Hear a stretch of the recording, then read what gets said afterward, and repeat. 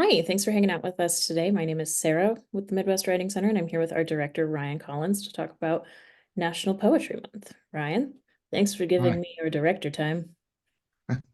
Sure, no problem. Happy to do it. Happy to talk about poetry. So April is National Poetry Month. That is Mhm. that is observed by all good Americans. And so we're going to be celebrating it. We'll talk more about that in a moment. But first, as my resident poet that I talk to about poetry, can you tell me a little bit about the history of National History Month, National Poetry Month, not National History Month? I was gonna say I don't know what National History Month is, and yeah, like I'm the poet in residence in our office, where there's usually no more than three people. Um, yeah. National Poetry Month was started by the Academy of American Poets, I believe. Those are the awesome people who do the poem a day subscription where you can sign up with your email and get a terrific poem in your inbox every day, which I recommend people do. Um, it's a really terrific, easy to sign up for a window into what's happening now in American poetry, or to get a tiny idea, a little taste, something to kind of bring you in. I don't remember exactly when it started, but it seems to get bigger and bigger every year. I'm not affiliated with the Academy of American Poets in a formal way, so I don't know. But it does seem like their programming continues to expand. And it makes sense because poetry's audience has expanded in recent years, and more people are kind of getting hip to the game, so to speak. And yeah, it's a cool excuse for people like the Writing Center and people who love poetry to do awesome poetry related things in the month of April, which we're doing. We try to do every year something. Yeah, it's not hard to find a reason to celebrate poetry. It's like, I No, read it, and now no, I I'm ready to. yeah, some of us don't need a month to set aside. That's just sort of life. But that's cool for, it's cool to like marshal those resources and kind of make it a big national thing and get places, lots of schools will do things, and that's awesome. I think anytime where, we can put some poems in front of kids and get them excited about that, I think that's noble work. And libraries do a lot of programming, things like that. There's always all kinds of cool readings all over the place. And probably in the place that you are, whoever you are who's watching us, there's probably poetry things happening near you. Actually, So worth shouting out in this moment on our Facebook page. We have a Facebook group in for our Spectra reading series. But in it, we post awesome readings that are happening or cool things you don't want to miss, usually in the poetry world, always in the arts. Um, so it's a good place definitely. to look if you're on Facebook. Yeah, definitely. Like one, I think, cool thing that's continued since the pandemic. It was happening before, but I think that the pandemic really made it necessary. Was all like the virtual readings and like people making an effort to make their readings available online through live stream and things like that. Um, there's a bunch of cool ongoing series. I'm not even going to try to rattle off names right now because for every one I name, I'm going to forget two. But you can go hunt around, yeah, on socials. A lot of them have a presence there. And it's cool that you can, yeah, just like get these free readings and sort of, be in this invisible space in the internet ether and see some of the best poets in the world reading, in the coziness of your space. And yeah, I think that's cool. That's a cool thing that's continued and kind of like taken a foothold. And I just it's a good opportunity for poets too to kind of just talk about it from that side for a minute, since that's kind of my writing jammy jam. Um, it's hard to travel and it's a big country if you're just trying to do this country, and so it takes a lot of resources, and there are not as many series and everything that pay that a lot of people would like to be paying more than they can. So yeah, it's cool to be able to reach people like that and promote books and promote presses and like just make the work more widely available to more people more easily. because there's so much variety of it that I think like anything that you encounter, I don't know if it's going to be representative because it's so vast and various, but yeah, I think you can get a little taste and get a little slice, just like the poem a day thing. Like, check out this reading, kind of follow that breadcrumb trail. You'll hear poets. They'll talk about other poets they like to talk about poetry, like me right now. I want to say, since I already mentioned Facebook, I might as well go into all the socials. We are always sharing readings to our stories. We're always sharing publication opportunities to our stories. And also on our YouTube channel, we have a Friends of MWC and a MWC Recommends playlist. And so if you are looking for recommendations, that's a good place to go. We have very good taste at the Writing Center. One more thing, and I didn't plan on asking you this, so I apologize, but you brought it up. So you mentioned that poetry's audience is growing in the last few years, and I think that the internet, social media definitely has a big part in that. But do you mind talking about that a little bit?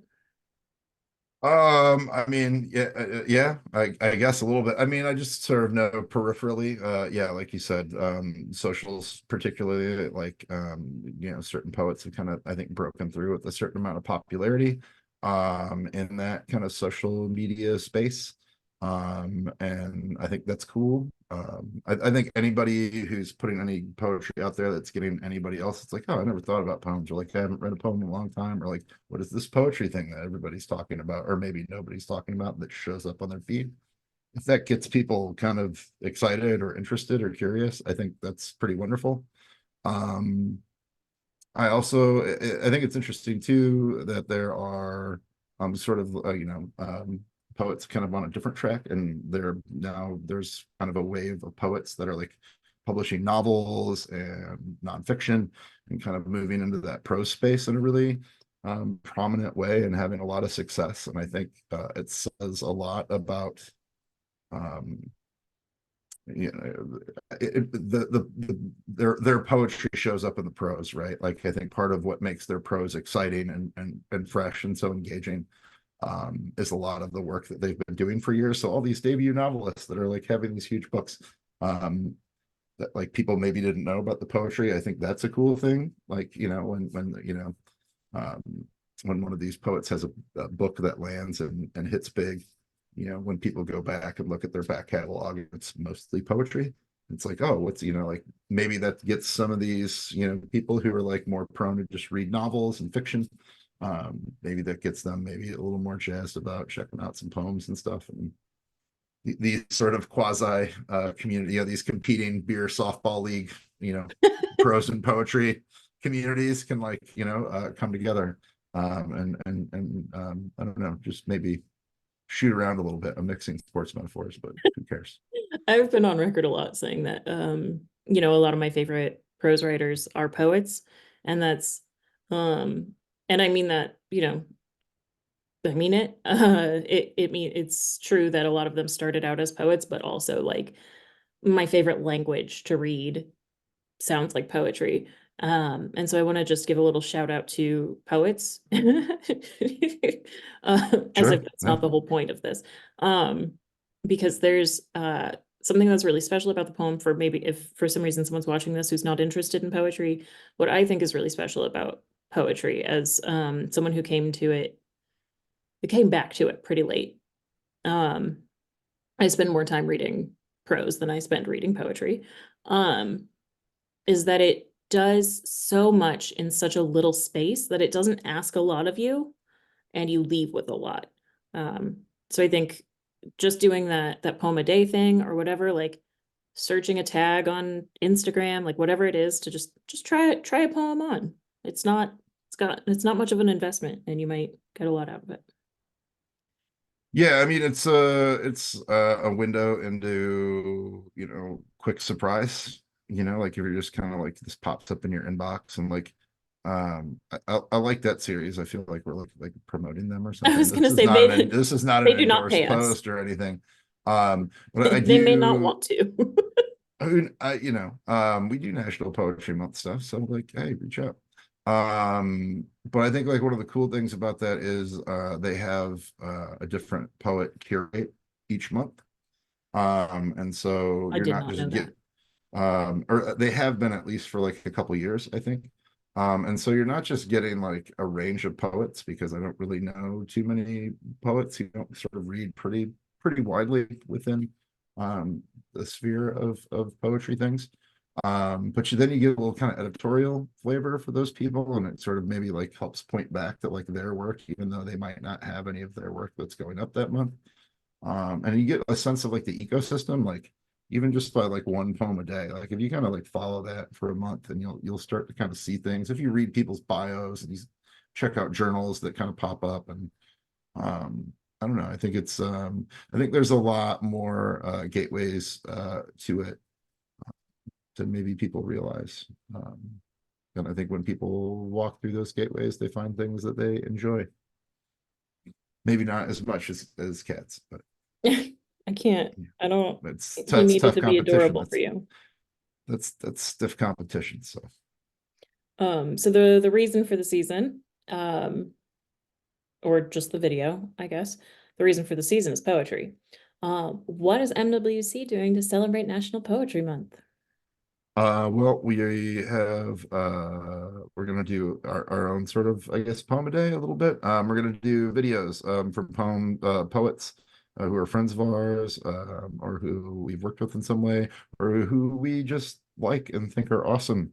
And we invited them to record themselves reading a poem in a space that's comfortable and familiar to them, that they can sort of welcome all of us in internet land into, and enjoy a poem uh, with them, right?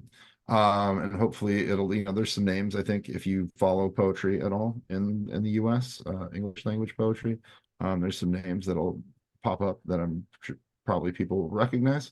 But there's also like a lot of regional, Emerging.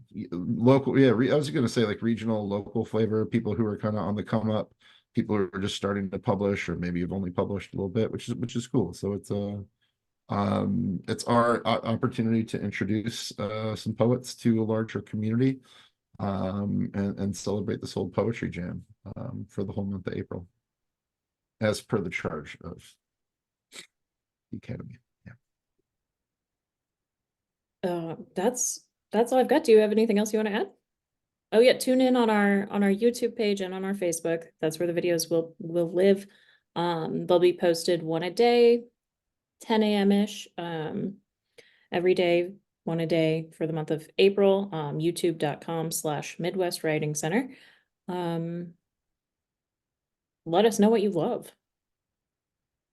Yeah, subscribe, check it out, follow it, let us know what's cracking. And yeah, we look forward to doing more poetry things all year long, because we don't need just 1 month. Cannot be limited. Shouldn't be. All right. Thank you. Thank you, Ryan. Thank you, folks who are watching us. Please have a happy poetry month, happy National Poetry Month, and write more light into your life.